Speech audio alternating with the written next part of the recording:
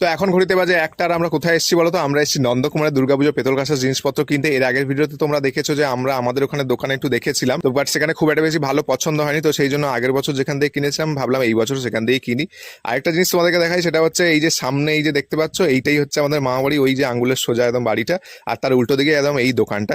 এখানে পেতলের কোয়ালিটিটাও খুব ভালো, মানে পেতল প্রত্যেকটা জিনিস, পেতল কাঁসার প্রত্যেকটা জিনিস খুব সুন্দর। তো আমাদের যেগুলো লাগবে সেগুলো এবারে দেখছিলাম, এই যে থালা বাটি গ্লাস সবগুলোই দেখছিলাম। এই বাটিটা একটু ছোট মনে হচ্ছিল, বাট এই বাটিটা আমার বেশ পছন্দ হয়েছে। যাই বলো, নতুন পেতলের জিনিসপত্রগুলো কিন্তু দেখতে দারুণ লাগে। অ্যান্ড তারপরে আজকে বাইরে মারাত্মক পরিমাণে গরম ছিল, মানে প্রচুর গরম, সেটা বলার ভাষাই নেই। আর এই মামাবাড়ির সামনে একটা খুব বড় করে বিশ্বকর্মা পুজো হয় প্রত্যেক বছর, বাট এই বছর এখনো পর্যন্ত কেন প্যান্ডেল হয়নি সেটাই বুঝতে পারছিলাম না।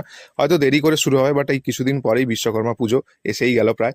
অ্যান্ড তারপর এই জিনিসটা দেখছি, এই জিনিসটা কি বলতো, এটা কমেন্ট করে জানিও যারা এখনো পর্যন্ত ভিডিওটা দেখছো, তবেই বুঝবো তোমরা এত দূর ভিডিও দেখেছো। তো এটা বেশ আরতির সময় বাজলে কিন্তু দারুণ লাগে এই ঘড়িটা। অ্যান্ড তারপর এখানে একটা পুষ্পপত্র দেখছিলাম।